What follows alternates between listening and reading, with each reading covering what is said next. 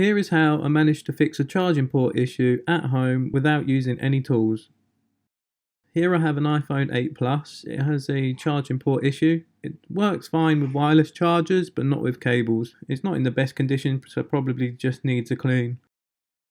My first go-to method before I decide to replace charging ports is to give the charging port a clean. Now you can do this with a basic cocktail stick, usually found in your kitchen, or you can buy it cheap at most stores. It's also recommended to use some isopropyl alcohol. I'll show you how I do it without isopropyl alcohol to start with. So just scrape inside the port and along the sides and try and get out any dust, dirt or lint. As you can see here, there was quite a lot in the charging port, which might be causing the issue. So just keep on scraping it. Remember to scrape up on the sides too, and be gentle with it. I've never managed to damage a port with a cocktail stick, as they are made of soft wood.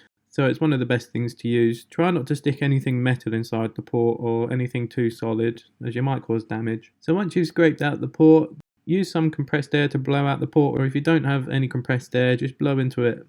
If you do have isopropyl alcohol, soak the end of the cocktail stick in some and then scrape the port out gently again.